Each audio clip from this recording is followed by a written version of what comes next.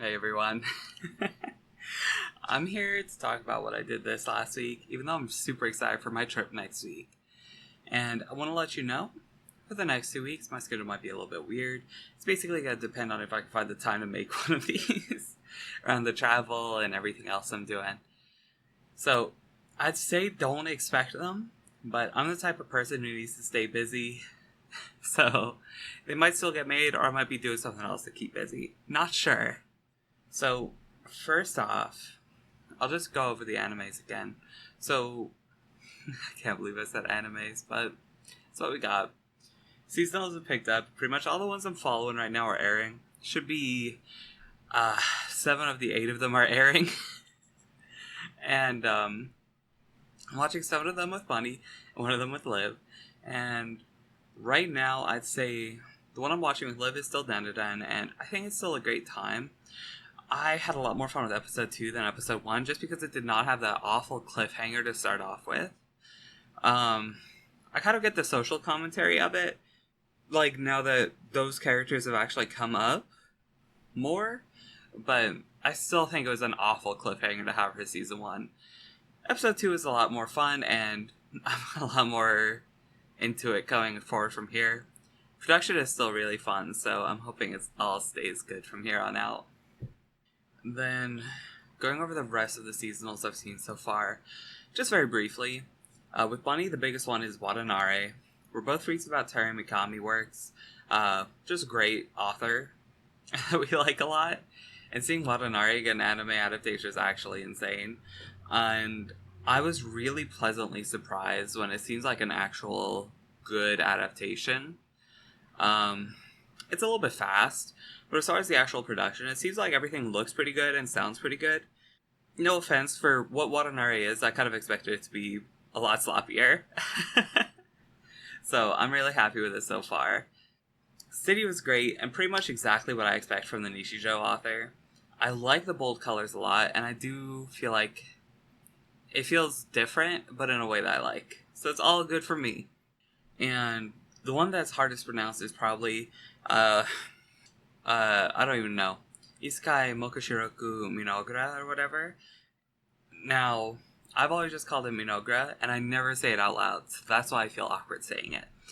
But it's an isekai. I think it's fun. Guy gets put in a game world, but he's in the world of like a Civ game that he likes, basically.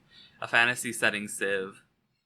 And I do like that sort of thing when, like, if the characters align and everything charms me the right way, like, I'm all in on that. So I wrote Bunny into it, and I'm happily surprised it doesn't look bad. I'm gonna say that a lot. I'm gonna keep saying that a lot. And Food Court was also really charming. I really liked the source material when I read it a few years ago. That was the manga. I'm not sure if there is another sourcier material. But pleasantly surprised by how it looks and feels. Very good vibe. And then the thing is, the bad girl also looked great. No Hoseki looked amazing. And then we're like, all of those out of the way? The only one I didn't mention is Nukitashi, because Nukitashi hasn't aired yet. Nukitashi is like an adaptation of a VN, and I'm so ready for it to be the one that is bad out of everything I'm watching. But I'm really excited to see how it shakes out, to see if, like, everything just looks good this season. That'd be a nice change. But it's still super early, so I don't have a lot to say about any of the seasonals. I'm just happy they're there. I'm really liking them a lot. I do want to say, Ruri no Hoseki is, like, the biggest pleasant surprise for me. I knew, like, Girls Talking About Rocks would be fun, but, like, I didn't expect it to be as fun as it is already for an episode 1. I'm very pleasantly surprised. And as far as the other anime I'm on right now, Yuru Camp Season 2 is still really charming. I only got 1 episode in, and I know it's really unseasonal watching a show set around New Year's when it's summer right now, but I really love the vibe, and I want summer to be over so bad. I love summer. I like summer a lot. It's just I like winter more. I'm sorry. As long as it's not snowing, I like winter more. As long as it's snowing in moderation, I like winter more. As long as I'm not having to shovel a lot, I like winter more. I think that's where I'm at. So,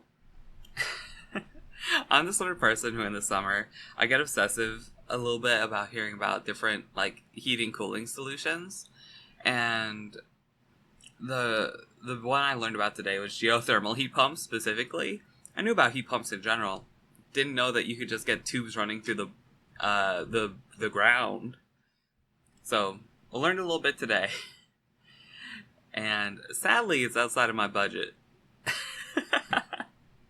So, that's kind of how it is a lot of the times when I'm in summer and I'm just thinking like, oh god, what can I do? Just a lot of, oh, that's a lot of money.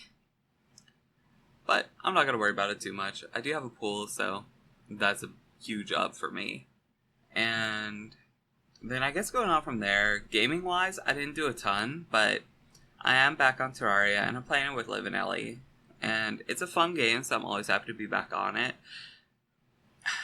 And I don't know if I've talked about this before, but like survival crafters are like, you have to be very picky choosy who you play with, because some people are just awful to play this sort of like cooperative genre with.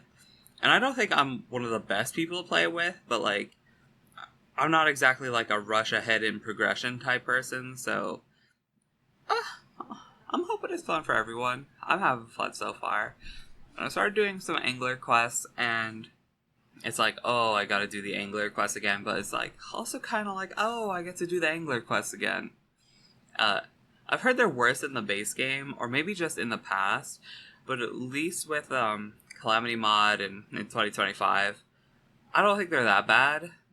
I say this, but during the last session, I did spend like several minutes trying to get this one fish request, and it's just never popping up. So it's like sometimes it still hurts, but I do like getting to play Terraria again.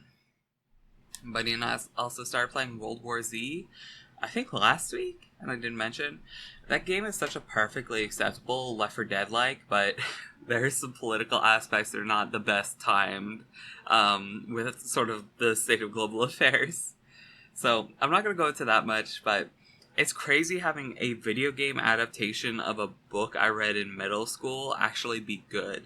That's crazy. Then I guess the last big game I gotta bring up is I did play Peak for the first time. And it was a lot of fun. I think the game is up my alley because I do just love climbing and doing bullshit in video games.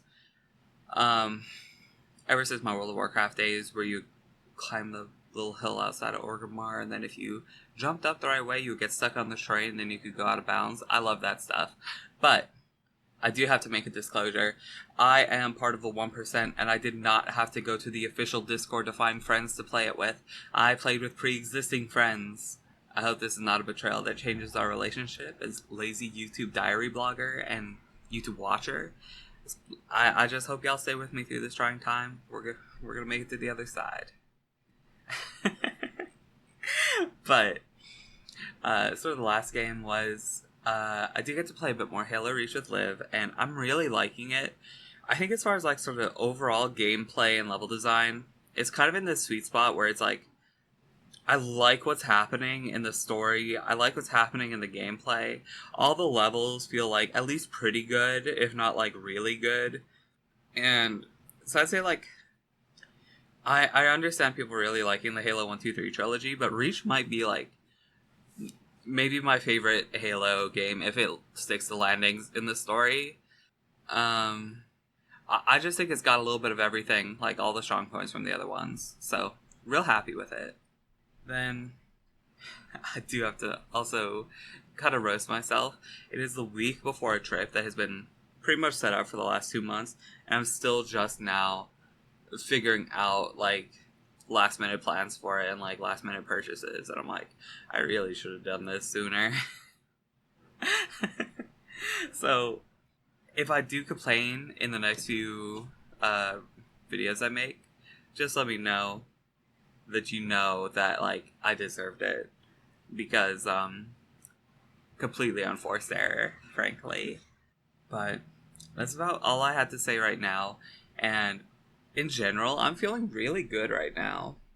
I will be saying, like, I've been trying to exercise and study more, which I'm gonna be honest, I haven't done it this level in ages, and I think like my current level of commitment is really good for me. Maybe I should up it a bit more, but finding time and like balancing with life is always a big thing with like exercise and like self improvement stuff, right? Where it's like you have you have to balance all of your interests, and I'm usually pretty bad at it, but at least in the summer, going out to the pool and studying flashcards, listening to like the educational content that I'm going over is like, oh, this isn't so bad. In the colder months, it might be harder to get myself in the same level of focus because it's like kind of like what else am I gonna want to multitask while I'm like cooling off from the heat, or like while I'm studying, like what could compare to pool time, right? But it's because I have a small pool, so it's not like much of a swimming pool so much as just like it's a little place to hang out in. But I am feeling great is the important thing there. I'm hoping that like I'll either keep up with this job or find a better one. That'd be nice. And I'm just hoping everything keeps going well, and I'm keeping this sort of momentum I have. But this episode is a little bit of a mess because I'm having trouble focusing today, but I hope y'all had a good one listening, and I hope y'all have a good day and a good week going forward. So, take care.